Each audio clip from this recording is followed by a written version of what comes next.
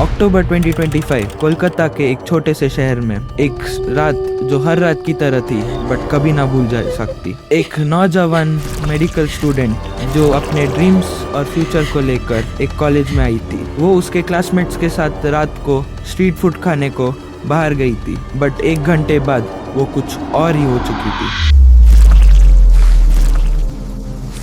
Violence, trauma और ऐसे कई कहानियाँ जो इंडिया के करोड़ों वुमेन्स फेस करते हैं, बट कुछ ही लोगों के पास जाते हैं। ये एक सिर्फ केस नहीं, ये सिस्टम का एक फेलियर है और इसे हम देखने वाले हैं। द दुर्गापुर फाइल्स, भारत की टूटी हुई औरत का न्याय व्यवस्था का एक दर्पण। एक रात जब सब कुछ बदल गया। ये कहानी शुरू होती है दुर्गापुर में रात के लगभग 8 बजे। 2 फ्रेंड्स मेडिकल स्टूडेंट्स जो अपने सपने लिए हुए इस कॉलेज में आए थे, उन लोग रात के एक इवनिंग स्नैक्स के लिए बाहर जाते हैं। कॉलेज से कुछ ही मिनटों दूर उन लोग जा रहे थे, जहाँ पे मेन स्ट्रीट से दूर था, वहाँ पे डार्कनेस ज्यादा था। उन लोग मिलते हैं कुछ मर्दों से। शुरू में पैसे की डिमांड हुए, फिर उनके फोन छीन ले गए, फिर उस लड़की को उन लोग घसीट के जंगल के पास ले जा रहे थे। कैंपस से कुछ ही दूर था, बट मदद से काफी दूर। उस रात 9/22 को कॉलेज के रजिस्टर में एंट्री तो हुई थी। वो सर्वाइवर वापस आई थी, बट वो वापस नहीं भी आई थी। वो कंप्लीटली बदल चुकी थी। ब्लड, ट्रॉमा, शॉक से जुझल रही थी। उसके फ्रेंड्स ने इमरजेंसी कॉल किए, उसके माँ बाप उसके हॉस्पिटलाइज किया और उसके माँ बाप को भी इन्फॉर्म किया। एक माँ बाप का सपना उधर ही टूट चुका था। उन्हें पता नहीं था कि ये सब हुआ है। उन्हें सिक्योरिटी, कॉलेज पर ट्रस्ट ही उतर चुका था और एक माँ बाप का डरावना सपना सच हो चुका था। इन्वेस्टिगेशन, एक उजलन भरा सच। पुलिस इन्वेस्टिगेशन शुरू होती है। डिजिटल फोरेंसिक्स सर्वाइवर का फोन ट्रेस कर उन मुजरिमों को पकड़ लेती है। 2 दिनों में 6 लोग गिरफ्तार होते हैं। उन 6 लोगों में से एक सिक्योरिटी गार्ड होता है जो उसी सर्वाइवर के ही कैंपस में जॉब कर रहा था, एक म्युनिसिपल कर्मचारी और एक और जो बड़ा ही अनएक्सपेक्टेड था, उस क्लास सर्वाइवर का अपना ही दोस्त। जैसे जैसे इन्वेस्टिगेशन आगे बढ़ती है, वो एक अलग ही मोड़ पे रुक जाती है। इनिशियल रिपोर्ट के हिसाब से ये एक गैंग रेप था, बट अलग अलग एक्यूज्ड और एक्यूजर्स लोग ने अलग ही स्टेटमेंट्स दिए। पुलिस एक कंक्लूजन में आती है कि ये एक गैंग रेप नहीं था। उन पुलिस ऑफिसर ने कहा कि ये एक ही व्यक्ति के किए हुए काम है। लेकिन सवाल ये उठता है, बाकी लोग कौन थे? क्लासमेट का उसमें क्या हाथ था?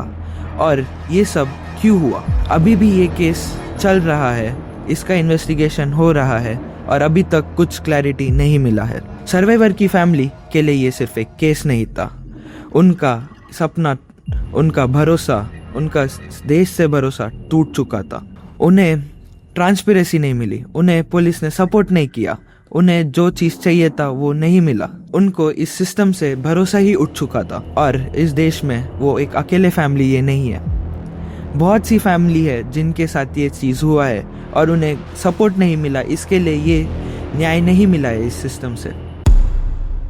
सिस्टम जो टूटा हुआ है, ये सिर्फ एक दुर्गापुर की कहानी नहीं, पूरे भारत की कहानी है। 2021 में ऑफिशियल रिकॉर्ड्स के अनुसार 31,677 रेप केसेस दर्ज किए गए। दिन में 86 और हर एक 17 मिनट में एक रेप केस। लेकिन ये सिर्फ वो केस है जो रिपोर्ट हुए। नेशनल फैमिली हेल्थ सर्वे के अनुसार 99% sexually assaulted Indian rape cases कभी दर्ज ही नहीं हुए। क्यों? शर्म, दर्द और सोसाइटी का प्रेशर, पुलिस का अपना सिस्टम, कोर्ट कचहरी। और जब ये केस रिपोर्ट भी हुए तो क्या न्याय मिला?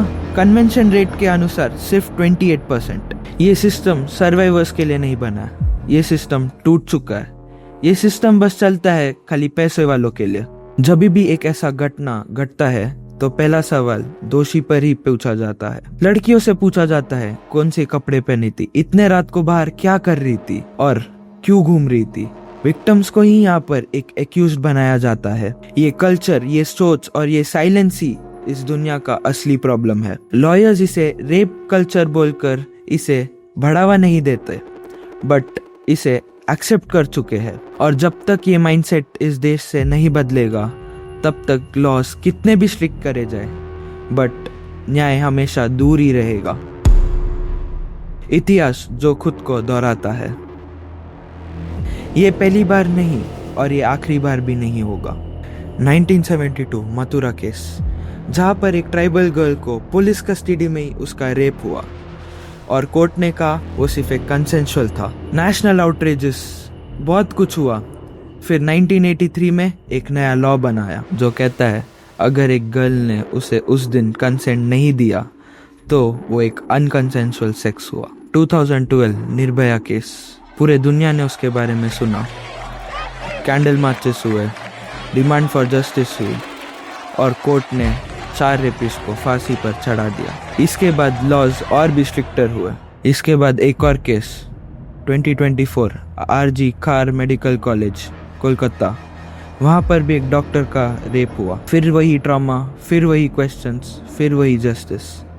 और अब 2025 दुर्गापुर, हर बार आउटरीच, हर बार रिफॉर्म्स, हर बार प्रॉमिसेस, बट ग्राउंड रियलिटी क्या, वो अभी भी वही की वही है। हिस्ट्री अपने आप को बार बार दोहराती है बट हम उनसे क्यों नहीं सीखते। आज वो सर्वाइवर रिकवर हो रही है फिजिकली, मेंटली। उसका केस अब कोर्ट में इन्वेस्टिगेशन हो रहा है, सुनवाई चल रही है, लेकिन उसकी कहानी बस उसकी कहानी नहीं, उसकी कहानी भारतों के करोड़ों औरतों की कहानी है। इंडिया को अब हैशटैग से आगे जाना होगा और प्रोमिसेस से आगे बढ़ना होगा। न्याय एक प्रिविलेज नहीं हो सकती, न्याय हर किसी की होनी चाहिए। और जब तक ये सिस्टम सुधरेगा नहीं तब तक ये सोसाइटी बदलेगी नहीं। ये कहानी छुपती रहेगी, दर्द छुपता रहेगा और जस्टिस दूर होते रहेगी।